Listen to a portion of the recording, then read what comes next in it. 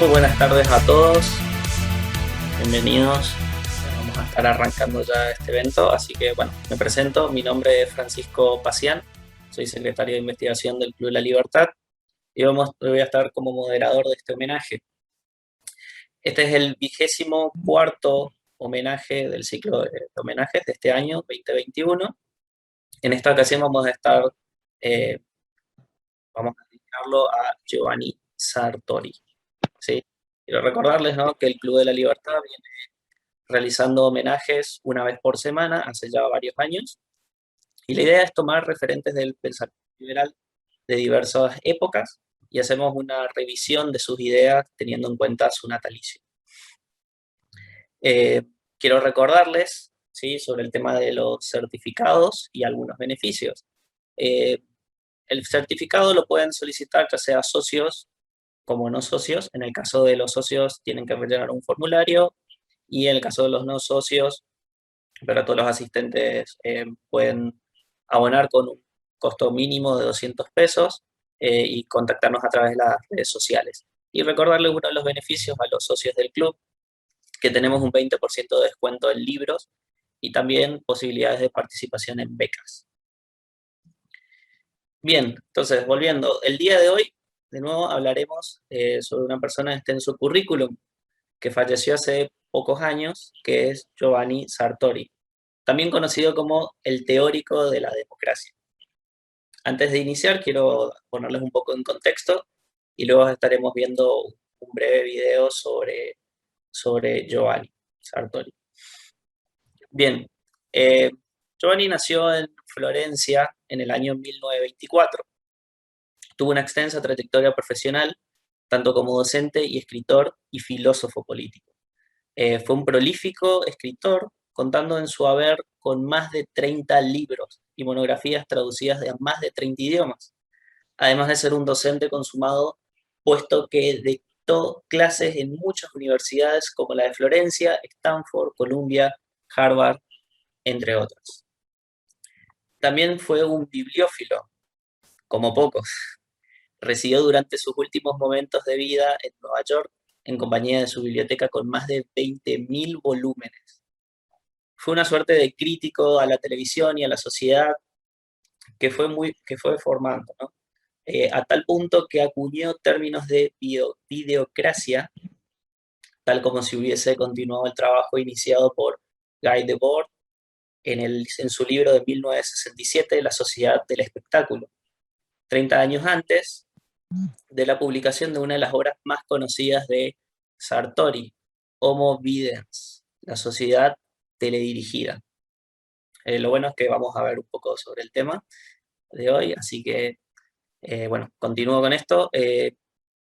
Además, no solamente fue un crítico, ¿no?, sino que también criticó su propia ciencia de la politología, puesto que le generaba muchas dudas la ambivalencia que ésta presentaba entre la factibilidad o realidad y la normatividad o el campo meramente teórico. No fue el único autor con esta preocupación. Habermas, pese a no compartir su ideología, sí compartía esta preocupación. Tocó en su obra temática como partidos políticos y su funcionamiento, las alternancias democráticas entre estos mismos y muchos temas más que le hicieron merecedor de diversos premios a lo largo de su fructífera vida.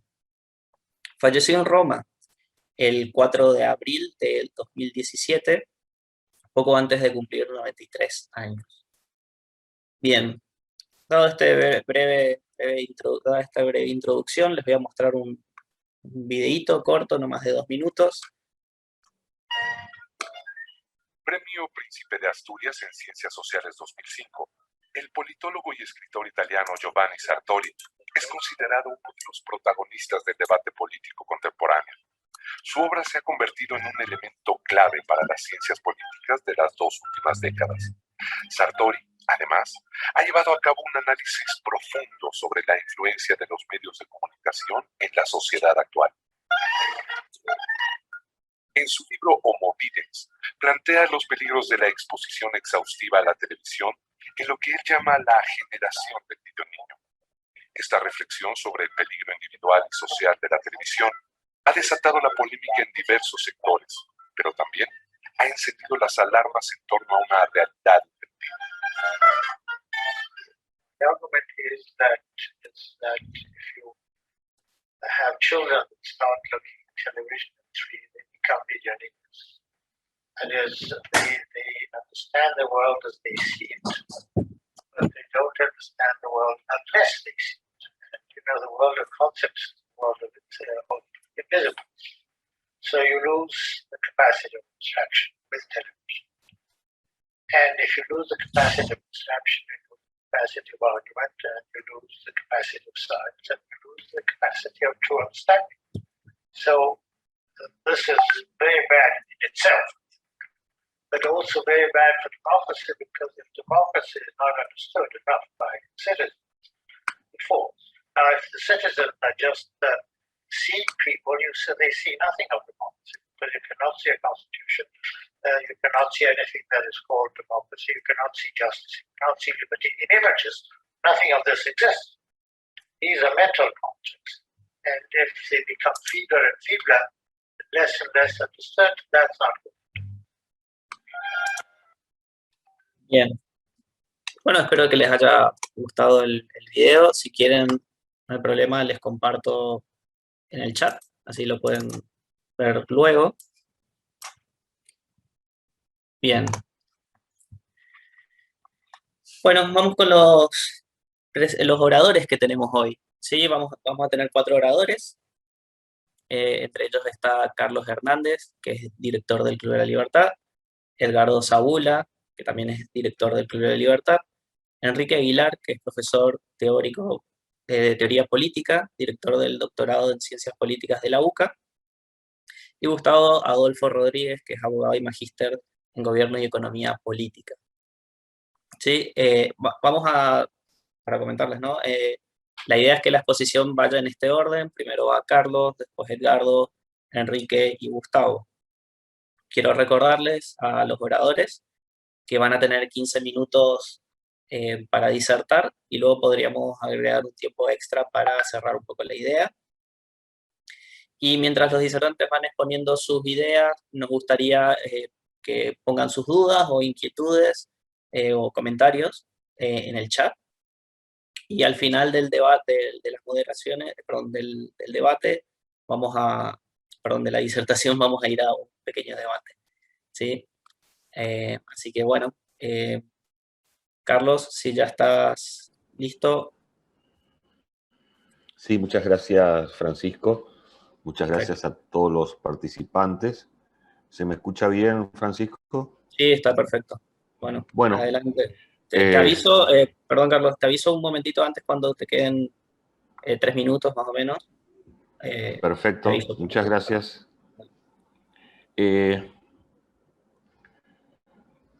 Casi como si nos hubiéramos organizado, el video introduce el tema que me gustaría desarrollar, que está vinculado a uno de los libros controversiales de Giovanni Sartori, que es Homo Videns, la sociedad teledirigida.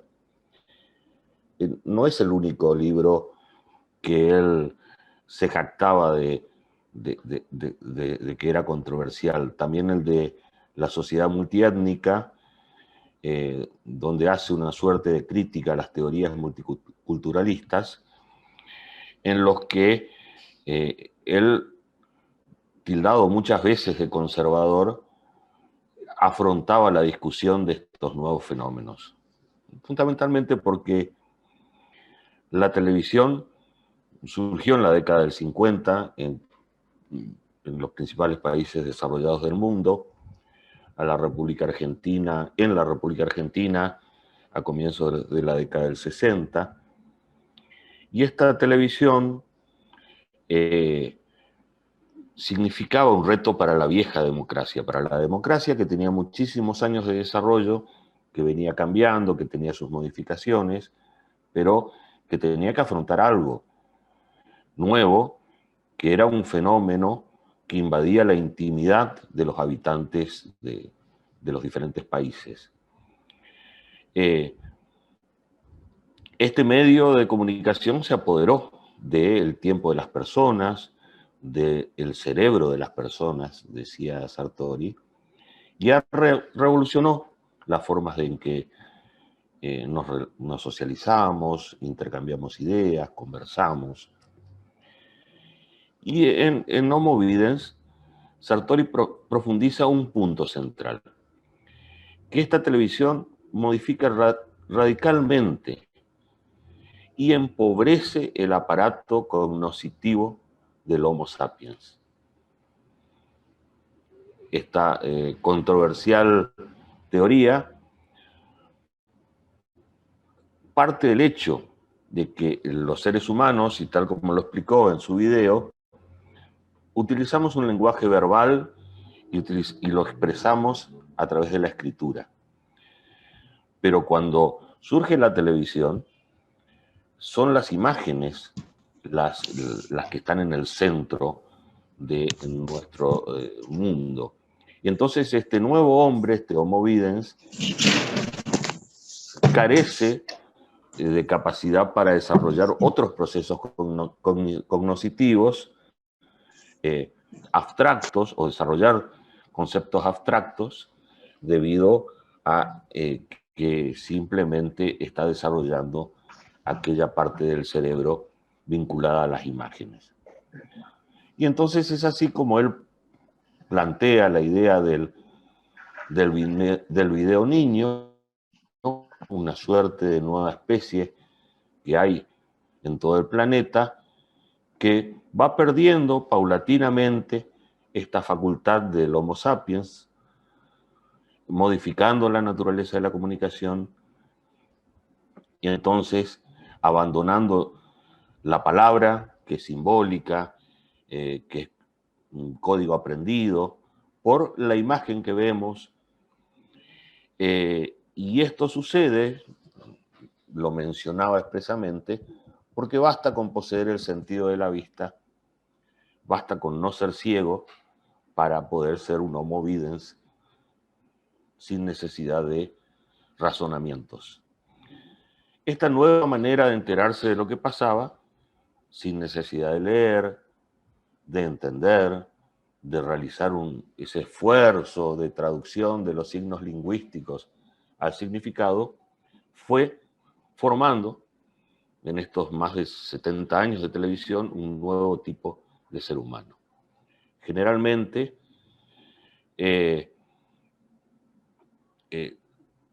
tenemos que advertir que hay muchos contenidos en la televisión. Algunos son instructivos, pero otros son evidentemente nocivos.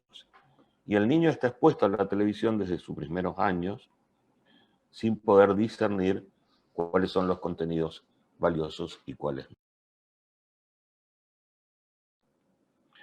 La preocupación fundamental, dice Sartori, consiste en determinar qué clase de ser humano, desde el punto de vista epistemológico, se está formando mediante esta larga exposición a la televisión, sobre todo en edades anteriores a la adquisición de las habilidades de lectoescritura. Incluso estar expuestos a la televisión antes de generar el habla misma. Entonces, plantea que el avance del Homo sapiens hacia el entendimiento se debía fundamentalmente a la capacidad de abstracción que logramos los seres humanos mediante la adquisición de un lenguaje verbal. Conceptos que están en lo que él llamaba el mundus intelligibilis, de conceptos y concepciones mentales, por oposición al mundus sensibilis. En este mundus intelligibilis hay conceptos como democracia, igualdad, justicia, que son abstracciones, que no son imágenes, que no son elementos percibidos por nuestros sentidos, sino son construcciones mentales de los seres humanos. Entonces lo que produce la televisión es invertir la evolución de lo sensible a lo inteligible. Entonces, se va directamente a un simple acto de ver. La televisión para Sartori produce imágenes que anulan los conceptos y atrofia la capacidad de los seres humanos de abstraerse y de entender. Pero, ¿qué le preocupaba a Sartori fundamentalmente como politólogo de este fenómeno de la sociedad teledirigida? Y esto lo hace en la segunda parte del libro, donde él explica la relación de la televisión con la formación de la opinión pública. A él le interesaba cómo los seres humanos, cómo la opinión pública se expresa en los sistemas democráticos a partir de la televisión, donde la imagen sensible era lo que provocaba la opinión de los seres humanos. Él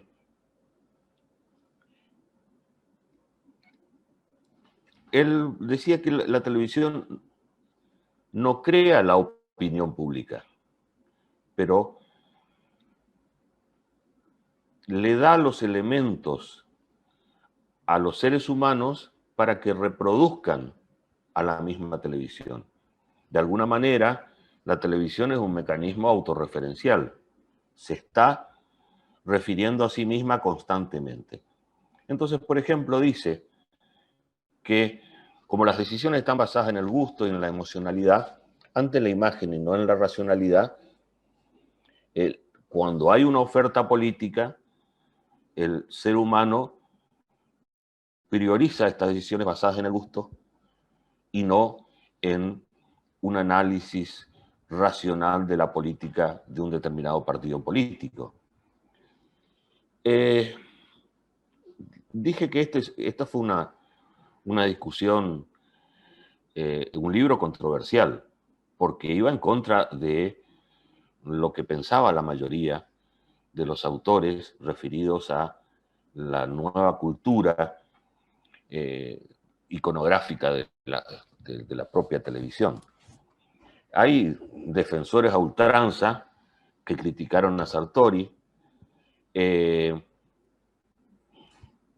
planteaban que la televisión permite la socialización del conocimiento de una manera más democrática, la posibilidad de llegar a distintos lugares gracias a la televisión. Otros afirmaban que los medios de comunicación masivos permiten que las sociedades sean más transparentes. Cualquier televidente puede enterarse qué está ocurriendo en otro lugar del mundo, o en otro lugar de su país, o en otro lugar de su provincia. También los defensores de la televisión lo criticaron, diciendo que el televidente puede elegir cuál contenido ver y cuál contenido no ver. Pero para Sartori este razonamiento era falaz, porque partía del punto de que la mayor parte de la gente no estaba preparada para recibir las imágenes, y entonces pierden el sentido y la posibilidad de elegir y simplemente se limitan a aceptar los contenidos que...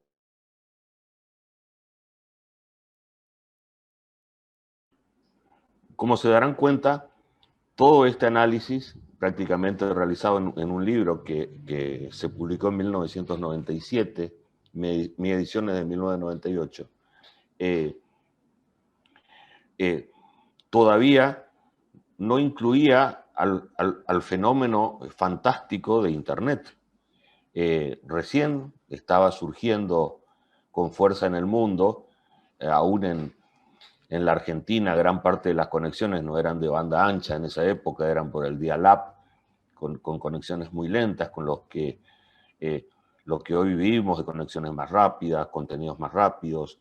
Las distintas redes sociales no están incluidos en este análisis de Sartori. Pero sin embargo, él distinguía dentro de los medios de comunicación masivos aquellos que eran medios escritos o que se comunicaban a través de la palabra, de aquellos que solo se comunicaban a través de las imágenes. Entonces, por ejemplo, él podría decir hoy que defendería Twitter o defendería los distintos diarios en su formato digital. Sin embargo, criticaría el fenómeno televisivo de otras plataformas como YouTube u otras que solamente se dirigen a través de imágenes. Me quedan 2 minutitos para decir que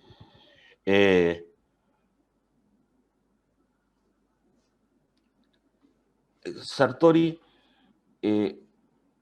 nos ponía de alguna manera frente a un oscuro panorama. Y fue tachado de apocalíptico por plantear estas cosas.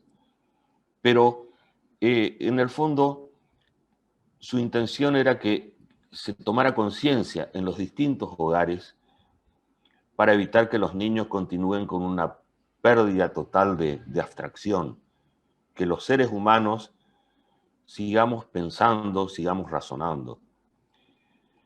Y también pedía que la escuela tomara cartas en el asunto, vetando las imágenes televisivas y las computadoras y manteniendo los sistemas de adiestramiento técnico en el sentido de la palabra.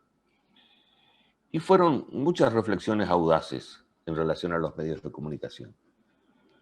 No había conferencia que diera después de la publicación de este libro que no fuera criticado por diferentes sectores, incluso algunos activistas realmente fuertes,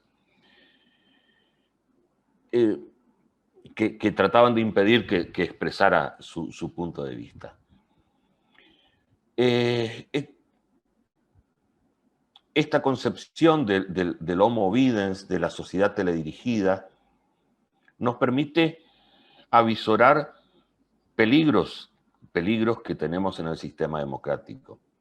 Por ejemplo, plantea en algún momento Sartori que los sondeos de opinión, las encuestas, estaban sesgadas porque la gente opinaba o daba a conocer, el ciudadano daba a conocer su punto de vista de acuerdo a lo que la televisión o los medios masivos de comunicación les decían que debían decir, como una suerte de ser lo que llamaríamos nosotros hoy ser políticamente correctos.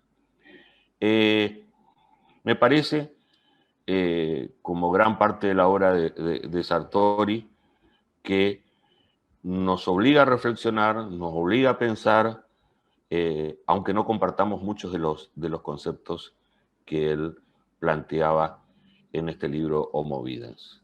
Muchas gracias. Muchas gracias, Carlos. Bueno, estuvo con nosotros Carlos Hernández, director del club. Ahora vamos a continuar con Eduardo Zabula. Eduardo, ¿estás por ahí? Buenísimo. Bueno, sí, estoy por acá. Gracias, Francisco. Gracias a la Fundación Club de la Libertad. Sin dudas que hoy estamos homenajeando a uno de los grandes pensadores del siglo XX, que se podría decir que es uno de los padres de la ciencia política. Si bien cuando él deja de enseñar, de dar clases, de ser un profesor, sin dudas que sacan todos estos libros a los que hacía referencia Carlos anteriormente, y él no tiene miedo en poner en práctica y de algún modo criticar lo que él consideraba que era algún tipo o significaba algún tipo de amenaza a la democracia. Teoría que lo desarrolla y que si uno ve esa cosmovisión teórica, surge claramente su compromiso con las garantías y libertades de las sociedades abiertas. Su defensa del necesario equilibrio de los diversos poderes en las sociedades democráticas. Giovanni Sartori escribe sobre la democracia en 1960, pero no se queda ahí, constantemente vuelve a reescribir, vuelve a repensar con rigor científico en virtud de los acontecimientos nuevos que aparecían y que tenían que ver con la democracia. Constantemente ha ido reformulando, tal es así que con la caída del muro de Berlín, él también saca toda una teoría y llama la atención a aquellos que preconizaban el fin de la historia, diciendo que el peligro de la democracia era como que cuando estaba la Guerra Fría, sabía dónde estaban los leones que atacaban a la democracia. Sin embargo, con ese nuevo proceso, luego de la caída del muro, no se sabía dónde estaban los enemigos de la democracia y él consideraba que estaba dentro de la democracia misma.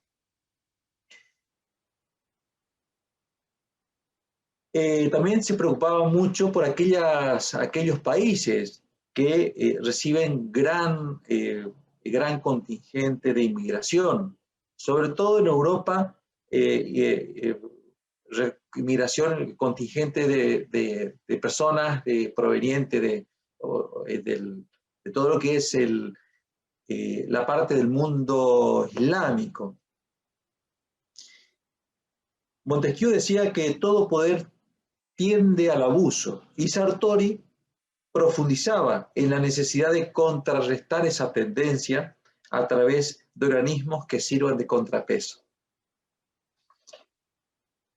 Sartori explica en su primera teorización de la democracia que justamente la experiencia democrática en la antigüedad fue muy breve, ya que fue tildada como una mala forma de gobierno por Aristóteles. Esto significó que esta palabra se eclipsara por más de 2000 años, incluso tal es así que los padres fundadores de Estados Unidos no hablaron de democracia, sino que hablaron de república representativa, a pesar de que yo particularmente creo que Thomas Paine y Jefferson hicieron referencia a la democracia, pero con un concepto más referido a la praxis política, es decir, al ejercicio individual. Esto es un párrafo aparte. Recién encuentra su auge, dice Sartori, la democracia a mitad del siglo XIX en adelante. La democracia de los modernos ya no será la democracia de los antiguos, y esto significa que su conceptualización se complejice muchísimo. Un primer aspecto de la democracia es el principio de la legitimidad, dice Sartori, que postula que el poder deriva del pueblo, es decir, que se basa en el consentimiento verificado de los ciudadanos. No se aceptan autoinvestiduras y mucho menos que el poder derive de la fuerza. Se legitima por elecciones libres y recurrentes. El pueblo es el titular del poder. Un segundo aspecto, para Sartori, el sistema político es el que está llamado a resolver no solamente los problemas de la titularidad del poder, sino también de su ejercicio.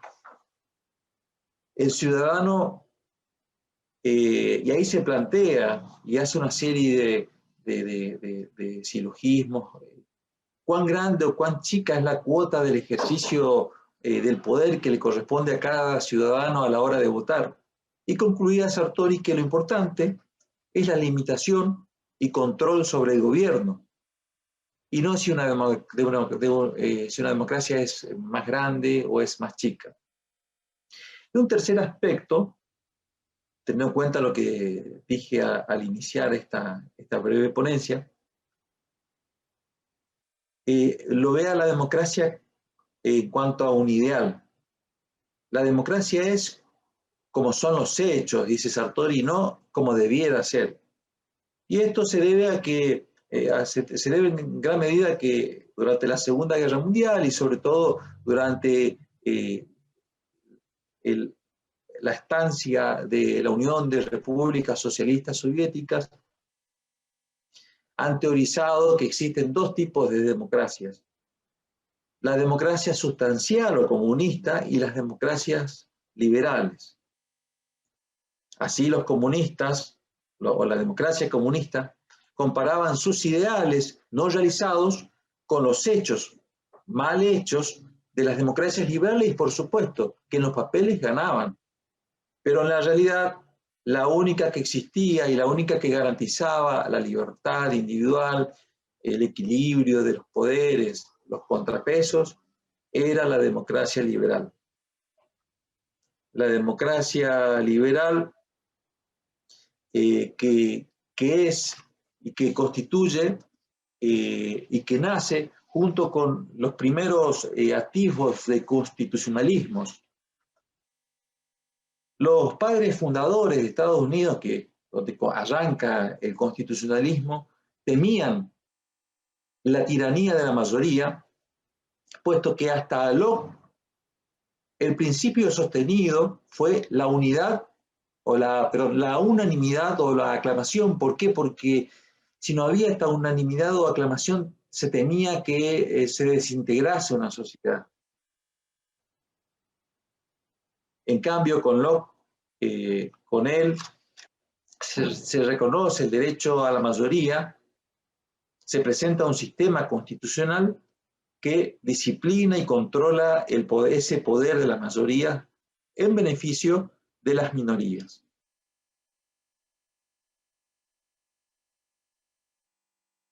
También, dicho sea de paso y hablando de lo que es el progresismo, Sartori decía que la relación entre libertad e igualdad no es reversible, que el íter procedimental que une los términos va de la libertad a la igualdad y no viceversa. La democracia liberal se debe definir como un sistema político basado en el poder popular, en el sentido que la titularidad del poder pertenece al demos, al pueblo, en tanto que el ejercicio del poder se encuentra en manos de representantes elegidos periódicamente por el pueblo, en un contexto en donde existe respeto a los derechos de las minorías. Habla también en su obra de las condiciones de la democracia y de los factores facilitantes de la democracia. Arranca planteándose que el liberalismo crea un Estado limitado, controla el poder y garantiza la libertad del ciudadano, el constitucionalismo. Pero no queda claro por qué el liberalismo debe ser relacionado o debe relacionarse con lo económico o con el Estado económico. Dice Sartori que el liberalismo nace mucho antes de la revolución industrial, por lo tanto nace en sociedades pobres. ¿Será la economía la causa de la democracia o la democracia debe venir antes y ella es causa del desarrollo económico? Se pregunta. Actualmente, democracia y libertad vengan asociadas o no, ahí hace referencia a Lipset, al pensador Lipset, cuando dice que cuanto más un país es próspero, tanto más es probable que se sostenga la democracia. Entonces, concluye Sartori que el mercado, que lo vamos a leer un poquito, no es necesario ni determinante para una democracia, pero sí es optimizante para la democracia. Por más de medio siglo se ha discutido si la democracia presupone un sistema de mercado. El colapso del sistema de economía planificada ha rectificado el debate. Este colapso es la derrota del no mercado, de una economía dirigida, incapaz de fundarse sobre el cálculo económico de los costos. Hace referencia aquí Sartori a Hayek. En el mundo abundan sistemas de mercados sin democracias, Y tiene razón Sartori. Por ejemplo, el caso de China, de la República Popular China. Por tanto, el mercado no es condición suficiente de democracia. El mercado no produce democracia. Ahora, en términos de optimización, la democracia postula al mercado, pero no como una necesidad. Repito, sí como una optimización. Bueno, acá tiene dos argumentos. El económico, cuanto más democracia, él considera que hay mayor bienestar y por lo tanto necesita más del crecimiento económico. Y un discurso político, un argumento político de Sartori que establece que en una liberal democracia la dispersión del poder es crucial, porque esto permite que se garantice la tutela de los derechos individuales.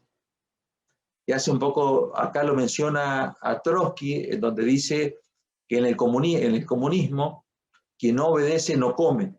Por lo tanto, en la liberal democracia, él considera que toda concentración de poder crea un poder opresivo contra el individuo. Cuando el Estado se transforma en el único dador de trabajo, la prisión ya no es necesaria. Es suficiente con despedir y no volver a contratar. Y creo que de algún modo Sartori, a pesar de haber desarrollado estas breves teorías de lo que es la teoría, la gran teorización democrática de la democracia de Sartori,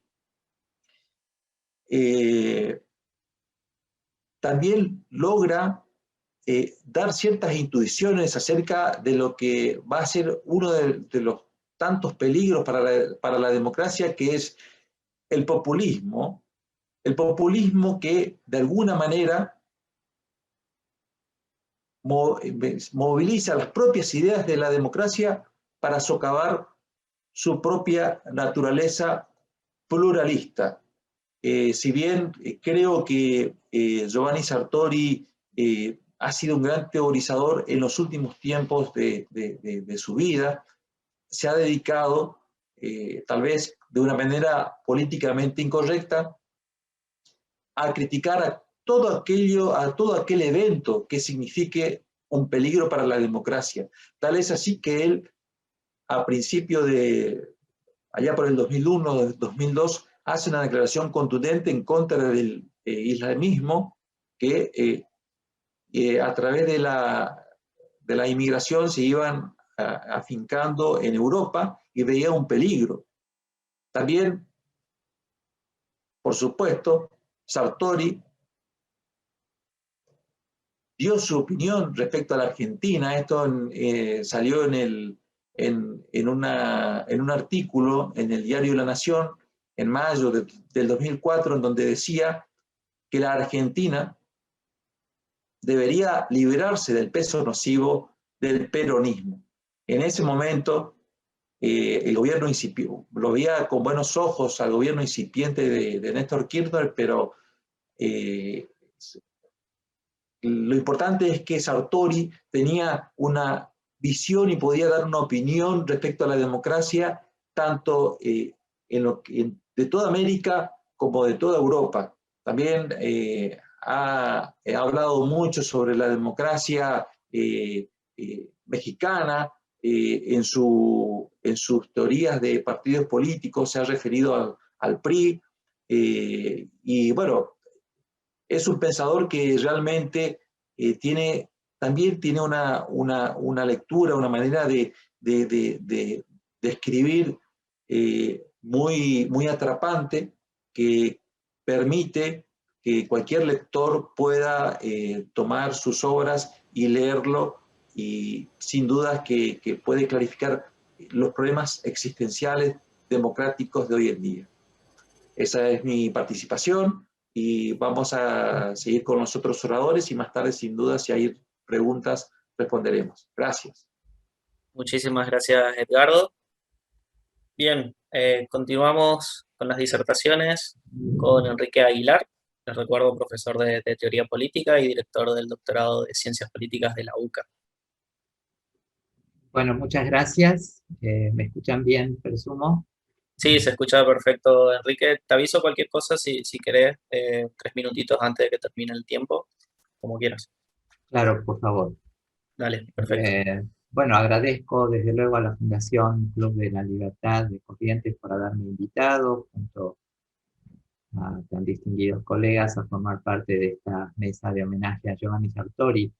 Confieso ante todo que yo no soy especialista en Sartori, sin embargo pienso que para cualquier politólogo Sartori es siempre un autor cotidiano, ¿no? Toda vez que resulta, y me ha resultado en lo personal, una referencia obligada al tratar temas, elementos, como él lo llamaba, fundamentales para el estudio de la teoría política, inclusive de los siglos XVII al XIX, que es mi área de especialización, problemas tales como la democracia, la igualdad, el liberalismo, la constitución, la representación, y tantos otros tópicos que se dieron cita en una obra magnífica, una obra tan pródiga, podríamos decir, como reveladora.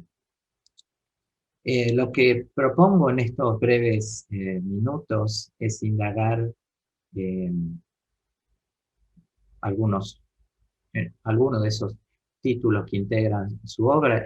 En primer lugar, su consagrada teoría de la democracia, una obra, como todos sabemos, en 2 volúmenes, que coronó un empeño de muchos años y donde Sartori se propuso un proyecto muy ambicioso, que era el de, como él decía, el de exponer las razones de nuestras instituciones.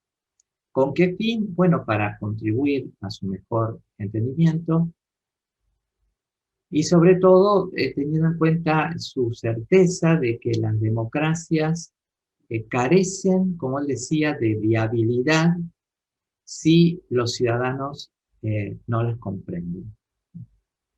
Entonces, lo que él propuso en esta obra es un análisis muy riguroso, muy exhaustivo, no solo de la teoría, sino de la praxis de la democracia, en una perspectiva histórica y en una perspectiva rigurosamente contemporánea. Ambos volúmenes, se podría decir, están unidos por un propósito común, que es el de desentrañar, como decía el propio Sartori, lo estoy glosando porque no me acuerdo si la cita es de memoria, el de desentrañar toda la serie de argumentos sobre lo que la democracia debe ser, sobre lo que la democracia puede ser, sobre lo que la democracia no es y sobre lo que la democracia debería ser.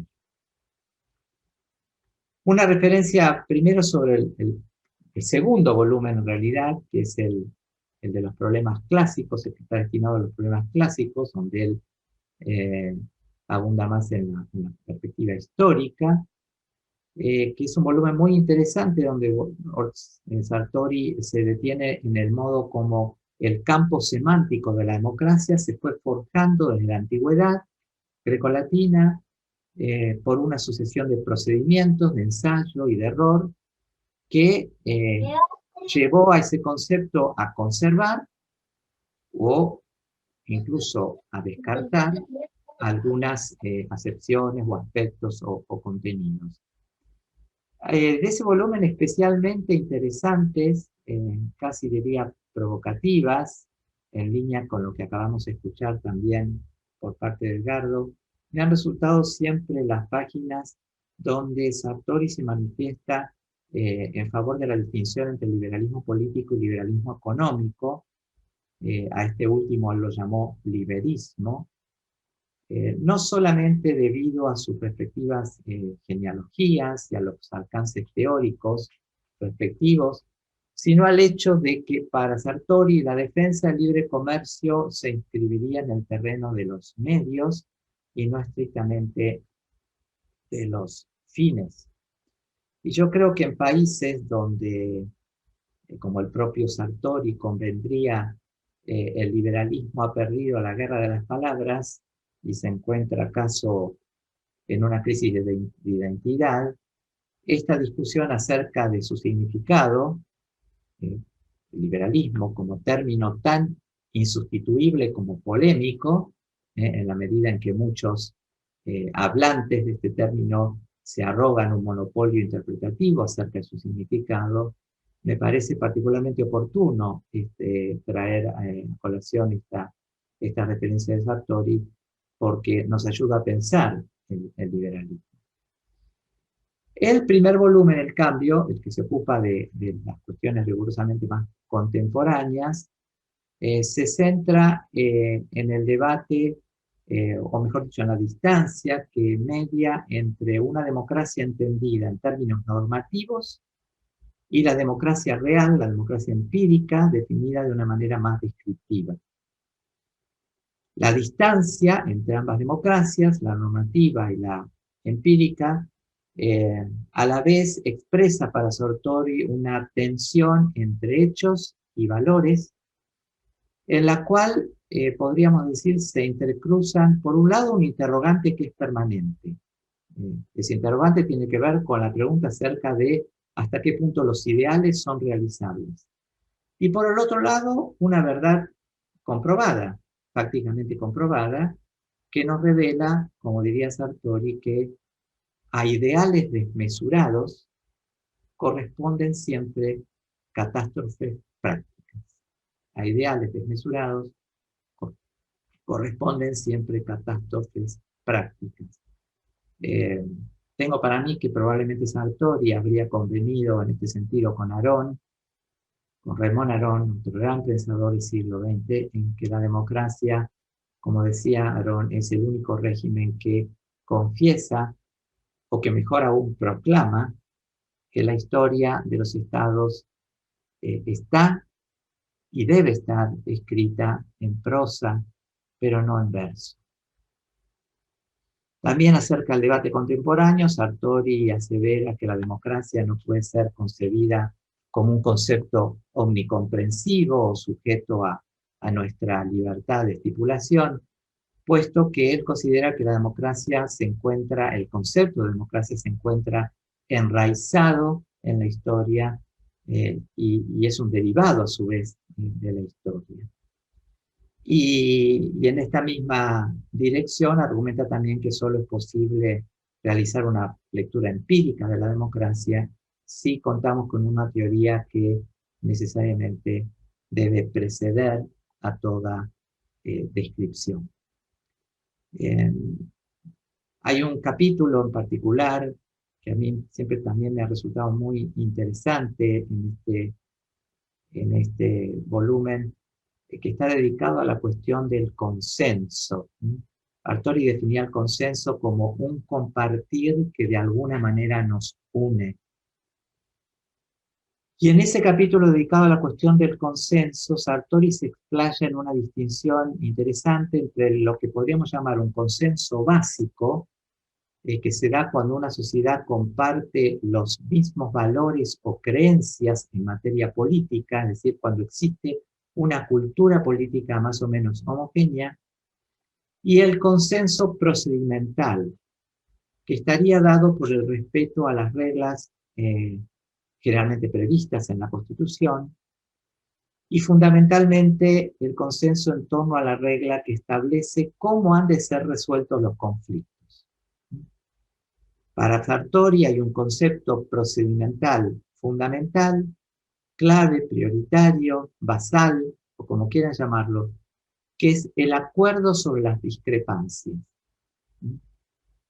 Porque ese acuerdo nos permite discrepar, pero dentro de las reglas, y justamente por eso ese acuerdo pues, proporciona la moderación que convierte al conflicto en menos que el conflicto. Para decirlo en buen romance, es el acuerdo que permite que el conflicto se pase de rayo, digamos. Si interpreto bien a Sartori, podríamos convenir en que, con excepción de un acuerdo básico en torno a las reglas que garanticen nuestros derechos y la resolución pacífica de los conflictos, no hay manera en ninguna sociedad moderna, contemporánea, o por lo menos en gran mayoría de las sociedades contemporáneas, sobre todo si estamos hablando de sociedades abiertas, pluriculturales, etcétera, no habría manera de que podamos coincidir sobre todas nuestras aspiraciones colectivas y mucho menos sobre el modo de materializarlas, o aún sobre las lecturas presentes o retrospectivas que tengamos acerca de la realidad nacional. Tampoco me parece que eso resultaría deseable por cuanto a la aceptación de las discrepancias, mientras no quebranten ese mínimo acuerdo y no degeneren en violencia. Yo creo que, como Sartori, creía que las discrepancias no quebrantan ese acuerdo y permiten sostener la convivencia democrática al conspirar contra el surgimiento de cualquier proyecto hegemónico que pretenda adueñarse de todo o decidir unilateralmente todo. Sin embargo, la defensa de un disenso razonable, que es algo que solo podemos medir en los hechos, me parece, como remedio al afán de homogeneidad, puede convertir el diálogo en un asunto de necesidad y no de elección. O sea, por ejemplo, me siento obligado a negociar porque no cuento con el respaldo suficiente para imponerme. Disfrazo mi intransigencia permitiendo que mi oponente se exprese, pero sin abrirme a sus razonamientos, ni siquiera tampoco a mi eventual rectificación.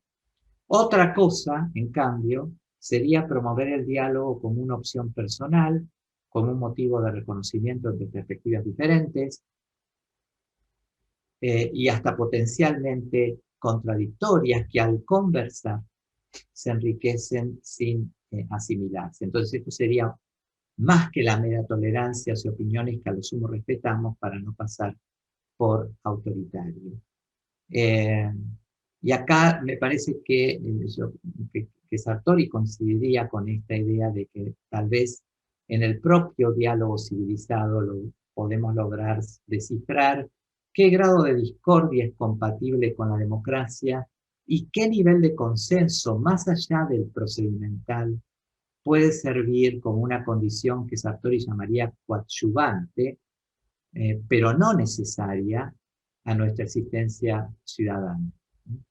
O sea, lo que quiero decir es que hay un consenso mínimo, que es el procedimental, que garantiza las reglas de nuestra convivencia mínima para que nuestros desacuerdos no generen violencia, pero construir un acuerdo mayor que ese ya es algo deseable, pero no es una condición necesaria, sino coadyuvante a la existencia de una democracia. Hablaríamos entonces, para seguir con Sartori, de una democracia lograda cuyos protagonistas pueden discutir sin odios, sin segregarse, canalizando sus desacuerdos e incluso con un anhelo de compartir una vida juntos. Pero si no admitimos que el conflicto es hasta cierto punto consustancial a una sociedad que se diga abierta y plural, el derecho a manifestar nuestro disenso y la sana convivencia entre mayorías y minorías se verán, a mi juicio, siempre amenazados, ¿no? Bueno, 2 minutos, Enrique.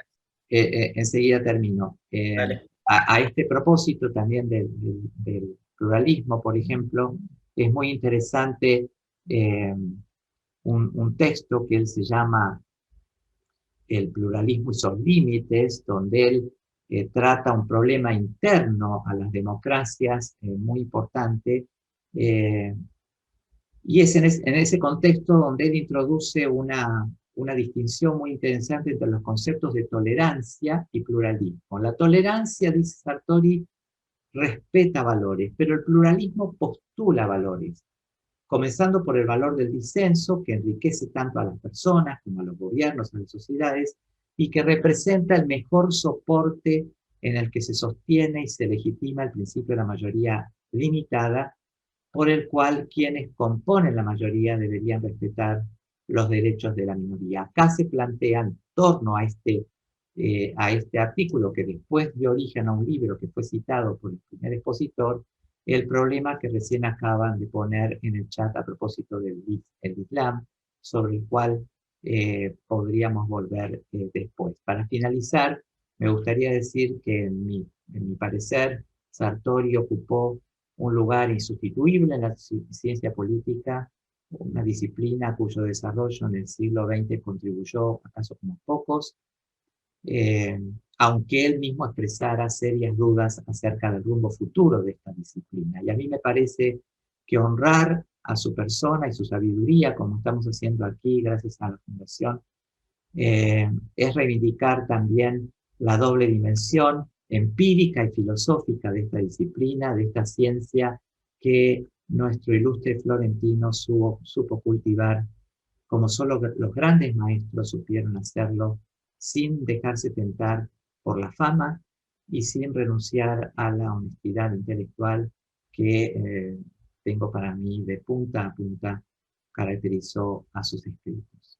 Muchas gracias. Muchas gracias, Enrique.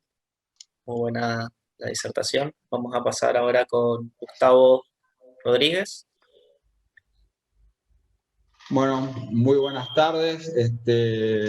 Primero, gracias por la invitación que me hizo el Club de la Libertad, la Fundación. Hago el agradecimiento en su figura al presidente, Alberto Medina Méndez. Un par de licencias. La primera en la figura de Enrique, desearle un feliz día al profesor universitario, no solamente a Enrique, sino también a todos aquellos que están en esta noble profesión de la docencia. Y la otra licencia que me quiero tomar, un poco más personal, es que me alegra mucho haberlo escuchado y haberlo visto a Carlitos Hernández, Carlitos para mí, tratando de ser iguales con todos los otros expositores, pero con Carlitos nos conocemos hace mucho tiempo y me alegra haberlo visto tan bien. Sepan disculpar esta licencia. Bueno, me toca tratar el tema de la metodología en Giovanni Sartori sobre las distintas obras que él tuvo, sobre todo para el desarrollo de la ciencia política. Es muy difícil hablar sobre la vida de Sartori cuando él mismo escribió sobre su propia biografía, escribió sobre su propia vida, explicando todo esto en la revista de Ciencia Política Argentina, un gran artículo sobre azar, suerte y tosudez, y cuenta cómo desenvuelve toda su actividad en la ciencia. Pero bueno, hago el esfuerzo de hablar sobre la metodología para decir que la teoría política en Sartori coincide, ¿no es cierto?, en gran parte con la que es la metodología de la ciencia política. A la vez, la teoría política en Sartori va a ser inseparable de esta metodología y no se va a poder nunca hablar de una sin mencionar a la otra. Y esa particular combinación que hay entre teoría y metodología es conjuntamente casualmente, la teoría de la democracia, que han hablado tanto pertinentemente Enrique como Edgardo, y como también la teoría empírica de los partidos políticos, la contribución más importante que ha realizado Sartori a la ciencia política. Este autor definió a finales de los años 70 como un tercer género a la teoría política, distinguiéndola de la filosofía política como de la ciencia política. Es decir, habló de la teoría política como un modo autónomo. No es ni un modo filosófico, no es un modo científico, es un modo autónomo, ¿no es cierto?, de mirar a la política. Sartori hablaba de otro florentino, ¿no es cierto?, que es Maquiavelo, y él lo indicaba como un ejemplo, o se indicaba como un ejemplo de lo que Sartori decía que tenía que entenderse como teoría política. Y el mismo Sartori sostenía que la teoría política terminaría antes o después siendo reabsorbida por la ciencia política. Cuestión que todavía, ¿no es cierto?, no ha pasado hasta estos días. Decía que la ciencia política tenía que convertirse en una verdadera disciplina científica, y ustedes saben, hasta ahora los cientistas políticos no nos ponemos de acuerdo si es ciencia política o ciencias políticas. Así que se nos murió Giovanni sin terminar de ver esta absorción. Ahora, una ciencia política empírica que no esté guiada, ¿no es cierto?, en el sentido de que Sartori entiende a la teoría política, entendemos nosotros que va a ser una teoría política o una ciencia política, digamos, ciega, o por lo menos que no va a tener relevancia científica. Ahora, entender esta relación estrecha entre la propuesta metodológica y la teoría política, para entender eso es necesario situar históricamente en el momento en que escribe Sartori para desarrollar sus pensamientos. Y tomar en cuenta una cosa que ya estaban hablando por ahí, que tiene Sartori como un método de trabajo, que es pensar polémicamente. La polémica, ¿no es cierto? Pensar polémicamente era un aspecto central y un aspecto constitutivo del modo de trabajar que tenía Sartori. Ahora, ¿cuáles eran los blancos que tenía Sartori durante los años 50, 60 y 70?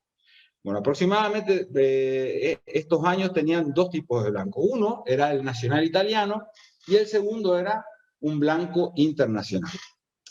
El blanco nacional italiano era esa cultura idealista, aquella que devaluaba todo lo que era meramente empírico y que polemizaba con la ciencia política y las ciencias sociales en general, y en nombre, por cuenta de ¿quién? De la filosofía. Acá un alto diciendo que Giovanni Sartori siempre dijo que debió toda su carrera académica al hecho de poder haber entendido a Hegel durante su año de confinamiento o de ocultamiento durante la Segunda Guerra Mundial. Pero mucho más importante y mucho más polémico es Sartori cuando debate con el segundo blanco, que es el comportamentalismo, el behaviorismo, el conductismo, dominante en la ciencia política internacional, también en aquellos años, o con mayor determinación, digamos, que él polemizaba con determinados defectos, determinadas patologías que tenía el comportamentalismo. La relación de Sartori con el conductismo es una relación compleja, porque por un lado Sartori apreciaba del conductismo este aire nuevo que le insuflaba a la ciencia política, aprobaba y apreciaba mucho el intento de hacer de la ciencia política una auténtica ciencia empírica que estudia los comportamientos políticos antes que detenerse sobre los aspectos jurídicos formales de la política. Digamos que Sartori aprecia mucho ese intento científico y la polémica, sobre todo, que tenía el conductismo en contra de lo que es el institucionalismo que era dominante en esa ciencia política, digamos, del pasado. Ahora, la propuesta de Sartori en contra de las debilidades del conductismo se concentran absolutamente sobre una cosa que es el uso del elemento lingüístico, es decir, sobre la formación de los conceptos, sobre lo que es el correcto uso del método lógico.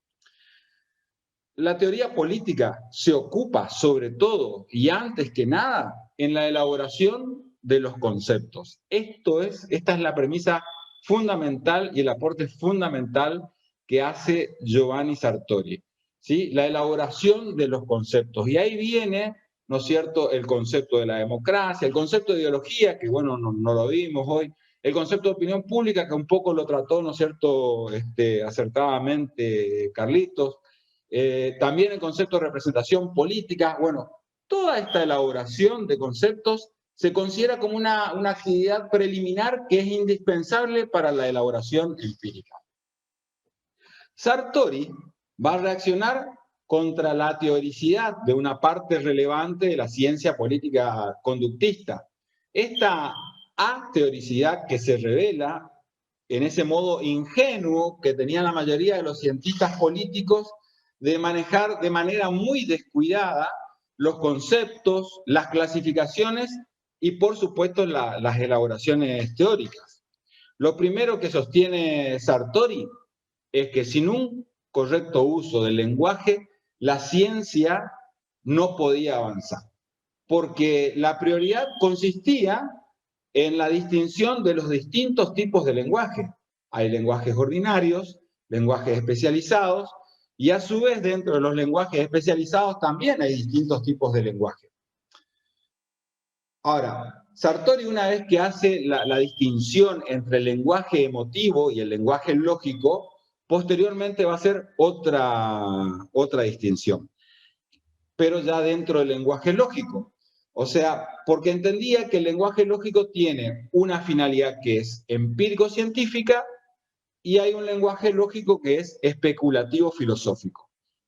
Y entonces Sartori decía que la diferencia entre ciencia y filosofía se encuentra en su totalidad en el tratamiento de los conceptos. Es decir, el conocer especulativo-filosófico podía incluso contentarse con conceptos vagos, y entonces iba a ser vaga la relación entre el significado y el referente. En cambio, dice, la ciencia no, la ciencia tiene la necesidad de tratar los conceptos de un modo de poder eliminando la ambigüedad, es decir, tiene que hacer explícita, clara y unívoca la relación que existe entre la palabra y el significado, de manera que se pueda reducir lo más posible la vaguedad a una correcta operacionalización del concepto. Y aquí en este punto es que ocupa un espacio crucial la cuestión de la escala de abstracción. Estaban hablando hoy mis compañeros de panel sobre la abstracción, y acá hay que decir que la abstracción lo que nos guía es a tener una correcta relación entre lo que es, por ejemplo, la connotación y la denotación de los conceptos. Acá Sartori se acerca muchísimo, pero muchísimo a Max Weber en una faceta poco conocida también de Max Weber, porque mientras Sartori está abordando la cuestión de la lógica rápidamente, después de haber uno dicho, ¿no es cierto?, cuáles son las características de un concepto, que es la famosa tríada, ¿no es cierto?, de palabra, significado y referente, Sartori hace una nueva afirmación lógica, ¿sí? Dice que la diferencia crucial entre ya las ciencias sociales y las ciencias naturales es que las ciencias sociales tienen que vérselas con animales simbólicos, no con sujetos que sean inanimados, como es la mayor parte de las ciencias naturales, o con animales que son desprovistos de imprevisibilidad simbólica, como es el caso de la zoología.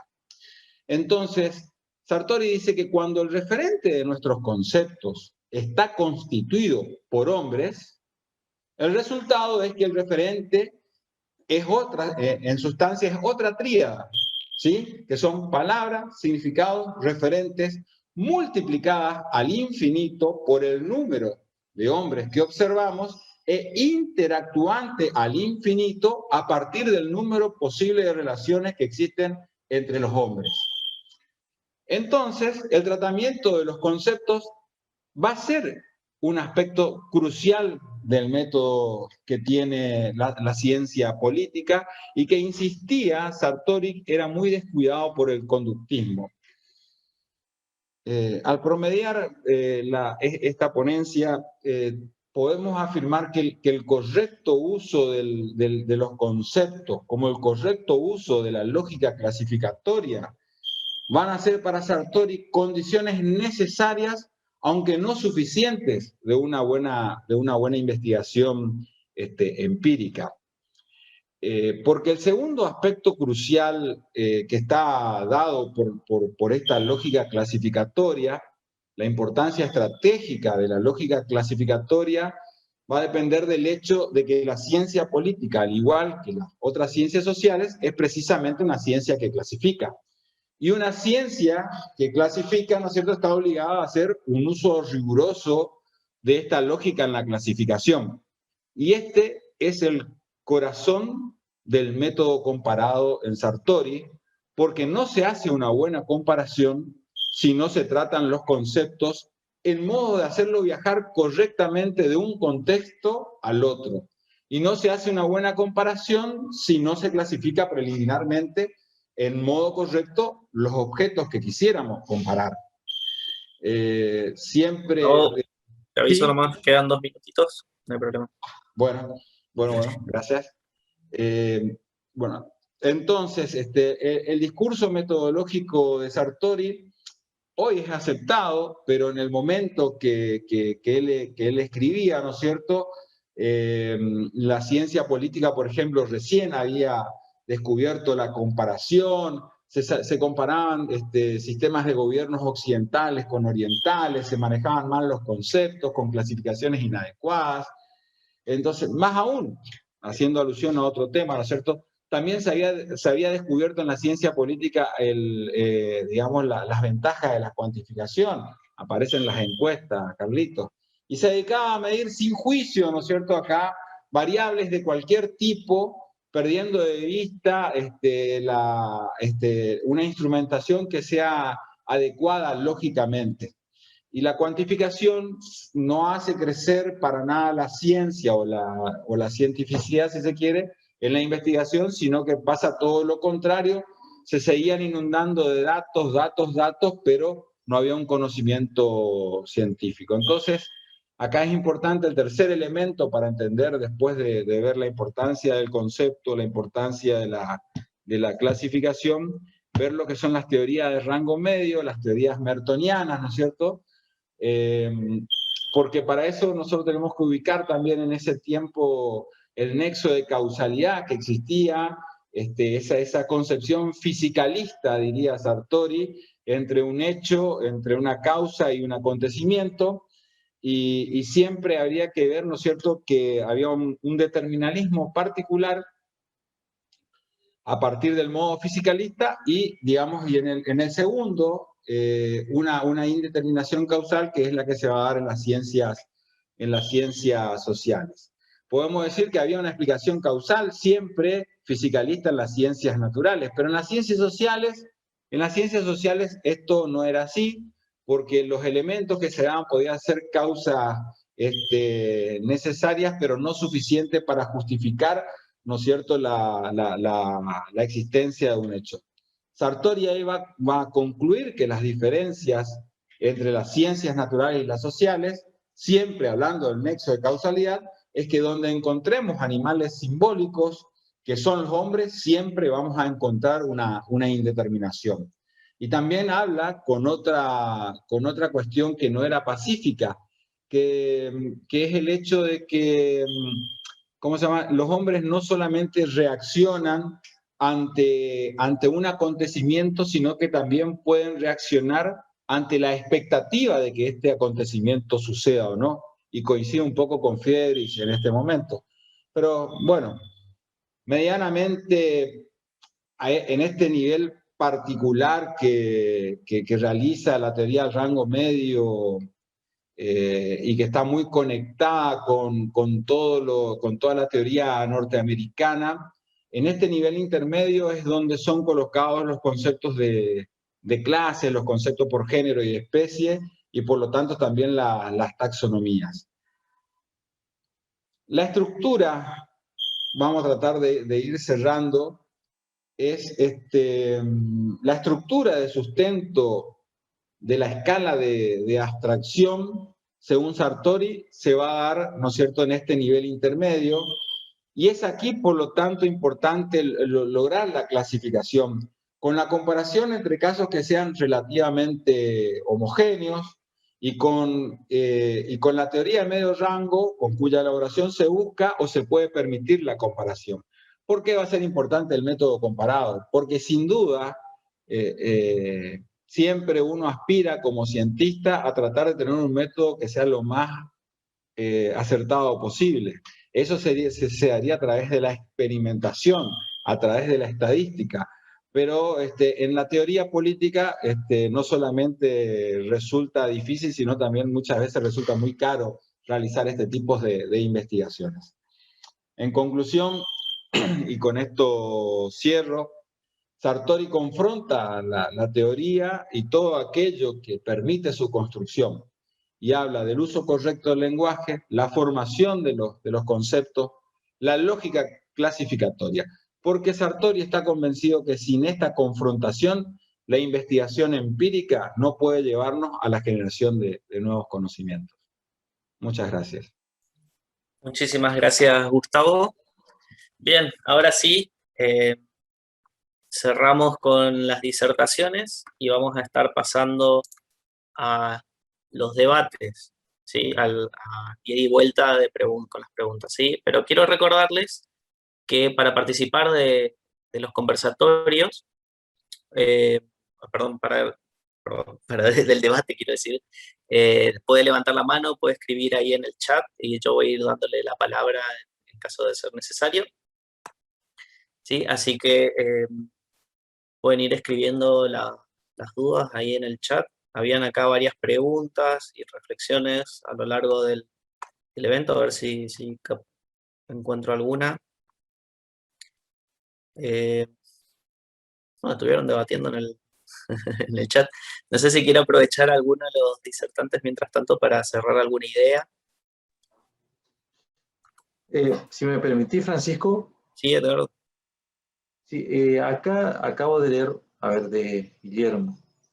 Respecto a los partidos políticos, quien primero en el siglo XX, quien primero se destaca con respecto a las grandes clasificaciones de los partidos políticos es Maurice Duverger, a lo que Sartori agrega, y con mucha razón, con mucho empirismo, con mucha lógica y metodología, con mucho rigor científico, el concepto de competitividad, porque no solamente, bueno, está la clasificación del bipartidismo, multipartidismo, sino también la clasificación o la característica de competitividad. Él decía, Sartori decía, y justamente, por ejemplo, hablando de la situación de los partidos políticos que analizó muchos años del PRI mexicano, que un sistema de partidos es competitivo cuando no hay, cuando en una elección no se sabe quién va a ganar, pero en cambio si de antemano se sabe quién va a ganar, ya, digamos, no existe esa competitividad. Eso quería, quería agregar respecto a lo que Guillermo escribe sobre los partidos políticos, la democracia, la ingeniería constitucional y la influencia de la televisión en la política. Bueno, ese es mi aporte. Muchas gracias, Eduardo. Acá hay una pregunta reciente de Claudia Valdivia. ¿Tenía Sartori alguna idea desfavorable sobre el Islam? No sé quién quiere intentar responder eso. A ver, cortito, yo. Claro, en su primera obra, de lo que es la democracia, Sartori justamente hace referencia a los factores facilitadores de la democracia, y con esos principios escritos allá en el 60, actualmente, antes de su deceso, pudo referirse al islamismo, y él consideró que un factor religioso, hoy por hoy, bueno, un factor religioso hace que se impida la libertad, se impida la democracia, y el Islam no entiende que en una sociedad abierta deben, tienen posibilidad de integrarse, pero los islamistas tienen ese dogma de que no se integran. Eso vemos nosotros muy cotidianamente en Europa, los casos de que no aceptan las reglas de las sociedades abiertas. Muchas gracias, Edgardo. Enrique Arduino quería hacer un pequeño comentario, parece. Sí, no, yo creo que el problema, más allá del caso concreto de Islam, o de lo que dijera Sartori al respecto, yo creo que hay un problema de mayor alcance que le preocupó a Sartori siempre, que es, a ver cómo plantearlo, que la ciudadanía no es gratis. O sea, que la ciudadanía, la aceptación de la ciudadanía supone aceptar las leyes del país que nos acoge si es que nos vamos a otro país, ¿no? Entonces, la pregunta de él es que el pluralismo no puede exceder determinados límites que hagan que se desintegre o corra riesgo de desintegración la propia comunidad pluralista. Es como si nos preguntáramos si la democracia puede destruir su propia destrucción democrática, o si una democracia puede admitir un enemigo cultural muy agresivo. Para Sartori hay un punto en que el pluralismo estalla, y ese pluralismo estalla cuando no hay reciprocidad, es decir, porque para él la incorporación de una persona ajena a una comunidad, a esa comunidad, si yo me incorporo a una comunidad, entonces eso supone concesiones recíprocas, ¿no? Supone concesiones mutuas. Ese es un punto que me parece clave. Y si me permitís un segundo más, Francisco, sí, a propósito de algún chat privado que me dirigieron por alguna recomendación bibliográfica, para quienes no estén, de nuevo, yo no soy un especialista en Sartori, pero como digo, Sartori me ha sido cotidiano porque he tenido que recurrir varias veces a él por mis propios temas de especialización o de interés, pero hay un librito que a mí siempre, que cuando salió me pareció delicioso, muy accesible, muy fácil de leer, casi un ensayo de divulgación del año 1993, que se llama La democracia después del comunismo, que es una suerte de complemento de teoría de democracia, se lo podría llamar así. Y ahí él sostiene un argumento muy interesante, porque lo que dice es que, de alguna manera, vencido el comunismo, la democracia casi resulta imposible de refutar, ¿no? Pero, sin embargo, esa democracia que ya resulta difícil de refutar, se ha vuelto difícil de administrar, ¿no?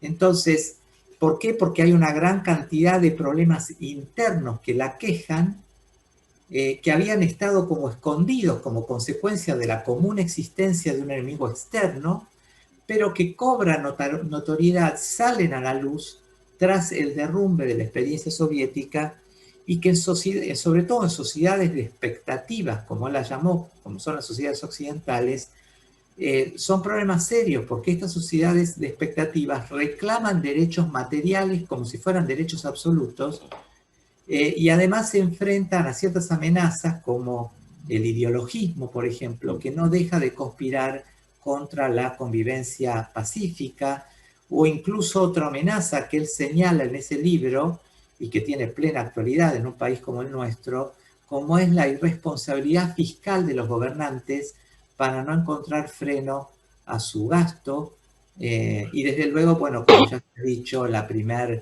exposición de Carlos, el ascenso de esta figura del homo videns, que sustituye al ciudadano alerta, al ciudadano más responsable, ¿no? Gracias, perdón, Francisco, me excedí. No, no hay problema, muchas gracias, Enrique. Acá tenemos el comentario Francisco, de... te interrumpo. Básicamente Sartori habla del Islam porque era el problema que tenía Europa en ese momento. En realidad se refiere, sí, a todo tipo de cultura que va a otro país por una X razón, y cuando está en ese país atenta contra los valores que esa sociedad que lo recibe considera importantes. Y menciona que el Islam en Europa no respetaba a las mujeres, no respetaba la libertad sexual de los diferentes componentes, y eran intolerantes dentro de una sociedad que con su tolerancia los aceptaba. Entonces, él planteaba que ese choque hacía imposible que aceptar a esos inmigrantes que no aceptaban la convivencia mínima que un Estado necesita o que una sociedad necesita para vivir con los cánones determinados, que lo hicieron ir a esas personas a ese lugar, o si no hubieran ido a otro país distinto. Es un poco ese choque el que él planteaba. Hay que mencionar que el Islam lo consideró persona no grata, que fue atacado, que sus conferencias fueron boicoteadas porque estimaban que él los segregaba. pero él ponía el acento, como bien lo mencionó Enrique, en que esto se da con cualquier cultura distinta que no acepta valores mínimos de convivencia. Muchas gracias, Carlos. Acá teníamos el comentario de Hugo Kuhlman, amigo del club. Así que dice, la opinión crítica de Sartori a la televisión, como podría explicar que el país donde ese medio de comunicación llegó a sus extremos, Estados Unidos, sea la democracia más estable y que paradójicamente las peores tiranías, la nazi y el comunismo, perdón, no sé si leí, y que paradójicamente las peores tiranías, la nazi y el comunismo fueron previas a la televisión. A ver si alguno quiere comentar un poco de eso, hace, ¿no?, el paralelismo entre la difusión de comunicación, de los medios de comunicación y de lo que fue antes de incluso de los medios de comunicación. Sí, yo coincido con Hugo en este planteo, y probablemente es la crítica que se le hace a Sartori, que estos contenidos que surgían a través de la televisión primero estaban bajo el control de cada ciudadano, podía verlos o no verlos, podía cambiar de canal o no cambiarlos. En segundo lugar, que la televisión, como otros medios masivos de comunicación, han permitido transparentar a las sociedades y permitir a los gobiernos ser más transparentes y a los periodistas investigar a los gobiernos. Ustedes todos conocen, en el caso de los Estados Unidos, en el caso Watergate, u otras investigaciones periodísticas que desnudaron grandes problemas de corrupción en el gobierno norteamericano. Entonces, pero ese es un aspecto. Lo que plantea Sartori está relacionado con la posibilidad de pensar. Él dice que el ser humano para pensar necesita abstracciones y que la televisión no contribuye a eso. Lo que él dice es, pensemos más, utilicemos más la palabra, pongámosle un coto a la televisión porque impide desarrollar esa capacidad cognitiva de manejarnos con abstracciones. Y en la vida tenemos abstracciones para todo, como mencionamos hoy, justicia, igualdad, democracia misma. Son abstracciones necesarias para entenderlas. Sí, yo pienso además que, no sé si Carlos convendrá conmigo, pero pienso que también parte de la preocupación de él, que vos también lo dejaste ver en tu exposición, es que es su gran preocupación por el hecho de que la opinión pública deje de ser autónoma por obra del adoctrinamiento que puede venir de muchos ámbitos. Por ejemplo, de la ausencia de una estructura de información plural, ¿no?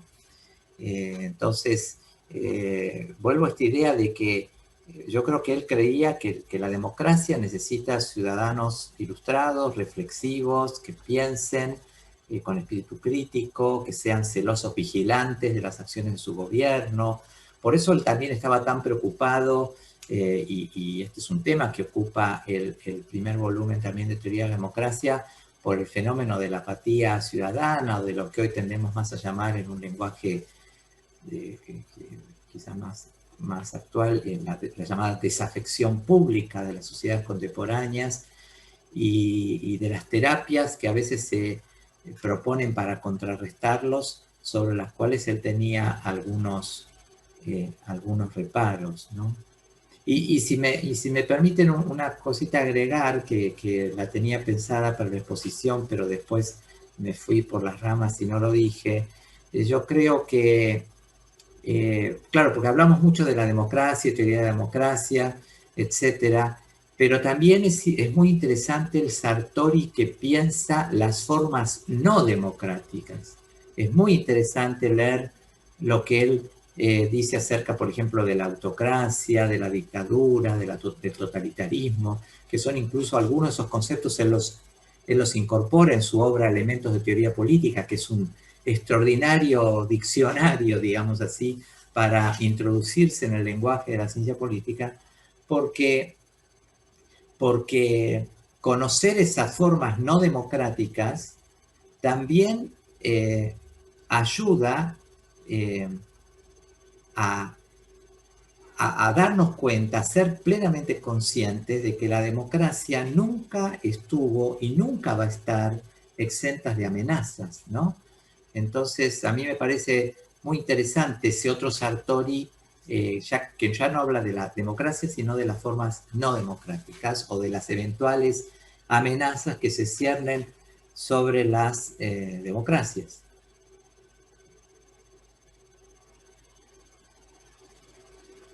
Estás muteado, Francisco. Ahí está, sí. Muchas gracias, Enrique. Acá veo como una reflexión, ¿no? Si la TV daña al individuo y beneficiaba a la sociedad, ¿no? Creo que fue por lo último que comentaste, Carlos. Sí, pero fue antes del último comentario la pregunta. Sí, la preocupación, coincido con Enrique, estaba relacionado con la relación entre los medios, la sociedad y la democracia. Y ese era el planteo central de Sartori. O sea, consideraba que la televisión podía convertirse en el que escribiera el guión y los ciudadanos sean un simple eco de la televisión. Muchas gracias, Carlos. Yo tengo una pregunta para cualquiera de todos. ¿Qué creen o quién cree que aplica un poco más las ideas de Sartori a nivel latinoamericano, más o menos? O sea, no sé, capaz no, estoy aprendiendo también en esto, así que simplemente una pregunta de curiosidad, si alguien la quiere responder.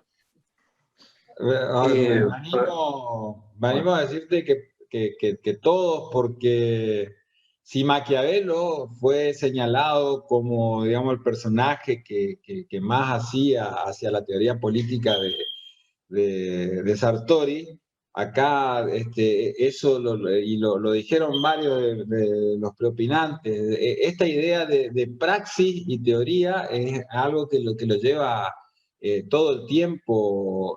Lo lleva todo el tiempo Sartori. Ahora, sin duda Sartori rompe con la teoría de las ciencias políticas de Mosca y después de él nace verdaderamente ya como por lo menos como cátedra, no sé si como ciencia política. Vi que había una pregunta ahí respecto a esto. Él discute mucho acerca de la existencia o no de una verdadera ciencia política. Pero sin duda los continuadores de él, que son Morlino, Panebianco, Pasquino, Bartolini, son los teóricos más influyentes, obviamente todos italianos, algunos Bologna, otros Florencia, pero los que nos siguen. Y una cuestión sobre el nivel de abstracción.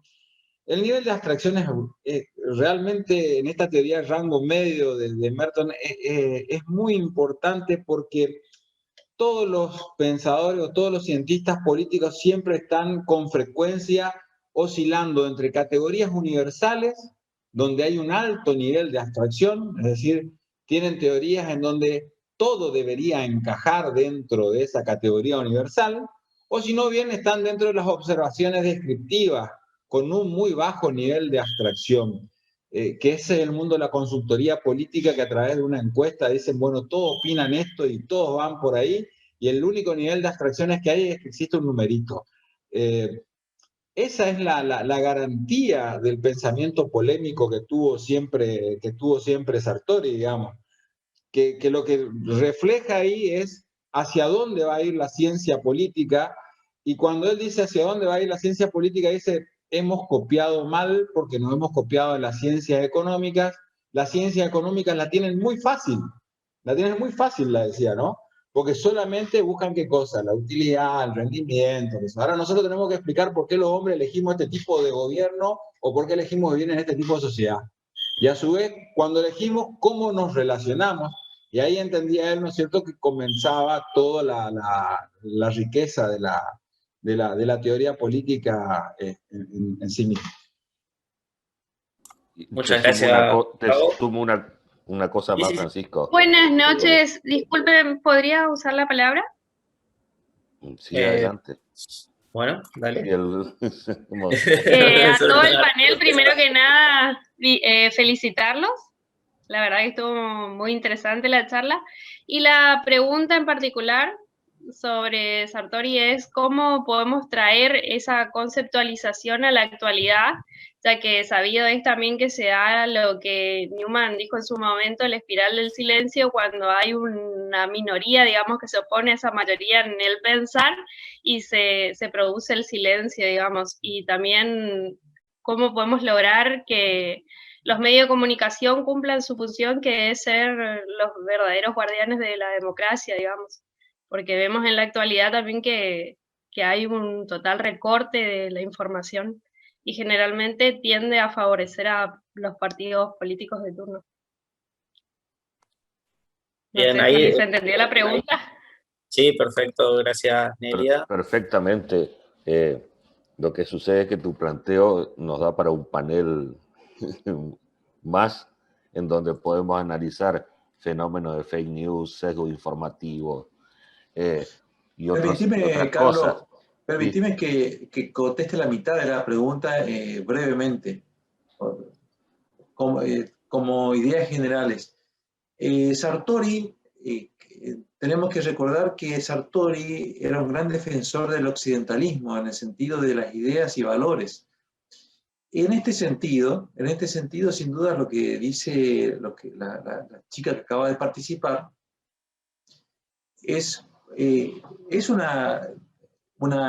existe una batalla entre lo que teorizó Sartori con la praxis política donde hoy por hoy está surgiendo o están surgiendo muchos factores que son enemigos de la democracia, de la liberal democracia como entendía Sartori.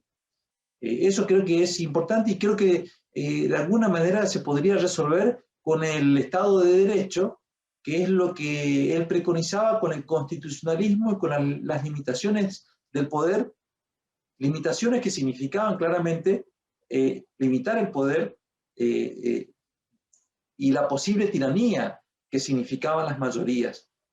Por ahí un poco yo respondo brevemente a la mitad de la pregunta de lo planteado.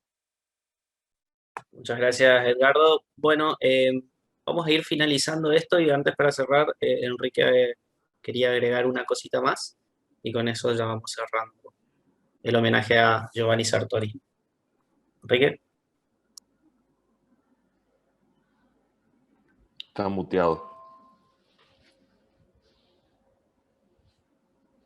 Estás muteado, Enrique. Perdón, muchas gracias. No, bueno,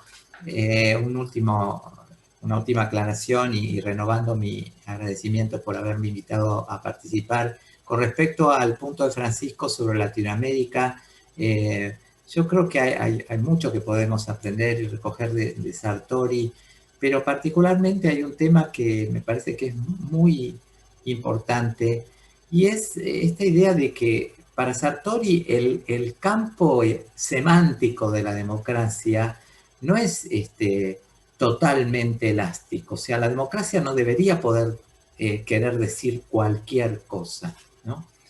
Y esto me parece que en Latinoamérica es muy importante porque me parece que hay una tendencia bastante visible en algunos países a reducir la palabra democracia a un mero hecho electoral. La democracia, el principio constitutivo de la democracia es ciertamente la soberanía del pueblo, pero a partir de ahí hay una serie de contenidos, de ingredientes que son muy importantes, ¿no? Porque el poder del pueblo y los límites del poder no son parte de la misma deducción teórica. El hecho de que el poder nazca del pueblo, eso no significa que el poder vaya a ser limitado. Por eso, ya que Edgardo lo citó a Montesquieu, sería interesante citar otra expresión de él, ¿no? Cuando él decía, una cosa es el poder del pueblo y otra cosa es la libertad del pueblo, ¿no? Una cosa es que el pueblo sea colectivamente libre, políticamente libre, porque puede votar, porque puede darse sus propios gobernantes, porque no está sometido a una voluntad de otro país. Y otra cosa es que los individuos que integran, los ciudadanos que integran ese pueblo sean individualmente libres. Entonces yo creo que ahí la cuestión de la democracia liberal ¿no?, que trató Edgardo es muy interesante porque hay modelos de democracia. Una cosa es una democracia liberal, de gobiernos limitados, y otra cosa es una democracia delegativa, o una democracia aclamativa, o una democracia, o una autocracia electiva, o tantas denominaciones que o un modelo de decisionismo democrático, como lo acuñó en Argentina Hugo Quiroga, o tantas otras denominaciones que abundan hoy en la ciencia política. Y con respecto a la espiral del silencio, bueno, a mí me parece que ese tema que acuñó Elizabeth Noel Neumann es fundamental, ¿no? En sociedades muy masificadas, en sociedades con opiniones públicas muy hegemónicas, los disidentes tienden a autocensurarse, ¿no?, a silenciarse. Y bueno, yo creo que ahí Sartori tiene bastante que decir al alertarnos de nuevo frente a la posibilidad de que existan una opinión pública muy monocorde, muy monocrática, y que impida la libre expresión del disenso, ¿no? Sartori fue un pensador que apostó por el disenso como un elemento constitutivo y fundamental de toda sociedad y de todo gobierno democrático que se pretenda llamar libre. Muchas gracias. Te sumo, Francisco, una cosita.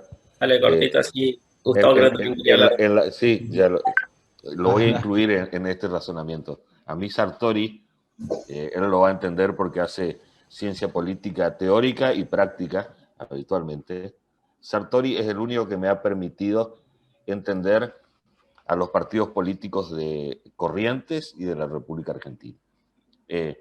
Bajo la tipología de Duverger o de otros, es imposible entender la existencia de 30, 40, 50 partidos políticos funcionando en un determinado territorio. Y fue la única manera en que yo pude captar el por qué existen tantos partidos políticos, coexisten, y cuál es el significado de que estén así. Gustavo, te di el pie justo. Bueno, sí, es cierto, pero vos sabés que ahí Edgardo había comenzado a hablar de los sistemas de partidos, y sobre todo digamos, el gran acierto que tiene en esa elaboración teórica es la forma en que se cuentan los partidos, y habla de una forma de contar partidos políticos de manera eficiente. Entonces, en el aspecto de Corrientes, la manera de entender nuestro sistema electoral es contar en realidad la cantidad de alianzas que tenemos, porque todos los partidos tienen, o sea, si hay 2 o 3 alianzas, siempre llegan los mismos candidatos a gobernador y vicegobernador, y esto hace que el sistema sea eficiente. Es más, si uno se pone a ver la historia electoral correntina, la mayor crisis se da cuando en el 99 había 4 partidos efectivos, y hoy nosotros tuvimos elecciones de 3.000 votos de diferencia, 19.000 votos de diferencia, y siempre estamos en 2 o 3 partidos efectivos para ver que ningún sistema electoral, por ahí pues depende de la cantidad de partidos políticos, se podría preferir o no bipartidismo, sistemas multipartidistas. Y la otra cuestión que es muy importante sobre Latinoamérica, que me hizo reflexionar mucho Enrique, es nuevamente sobre esta cosa del concepto que tiene, y la necesaria precisión que hay que tener del concepto. Porque otro gran teórico de la democracia, que es Adam Przeworski, por ejemplo, sí, y tiene mucha razón Enrique, solamente reduce la democracia al hecho de que haya elecciones, ¿sí? Y rompe con la postura de la poliarquía de Dahl, que fue compañero de Sartori en las universidades de Estados Unidos. Y cuando Przeworski dice acerca de que para que haya democracia solo es necesario en las elecciones, que han incluido regímenes dictatoriales como el de Salazar en los 80 de Brasil. Entonces, cuando uno habla sobre Latinoamérica y esta particular forma de ver la democracia, se da cuenta que es importante también que, si se quiere tener un concepto de lo que hemos construido nosotros los latinoamericanos como democracia, para poder así realizar un mejor análisis de la praxis. Yo les agradezco mucho, gracias Carlitos, no quiero importunarle a tanta gente. Edgardo, también, que es un colega, creo que hemos estudiado en la Facultad de Derecho acá en la UNE. Muchas gracias, Francisco. Bueno, muchas gracias a toda la Fundación y al Club para la Libertad. Bueno, yo por mi parte, en nombre del Club de la Libertad, agradezco mucho a Gustavo, a Edgardo, a Enrique y a Carlos por las disertaciones, por tomarse el tiempo para estar acá con nosotros, y también a todos los que participaron y aportaron con preguntas y dudas a nuestro evento. Así que quiero recordarles también que el próximo sábado, el 22 de mayo, vamos a estar haciendo el homenaje a Bertrand Russell, mismo horario, 18 horas. Así que nada más que eso, espero volver a verlos y de nuevo les agradezco por la disertación, la verdad muy interesante y yo aprendí un montón acá. Así que muchísimas gracias.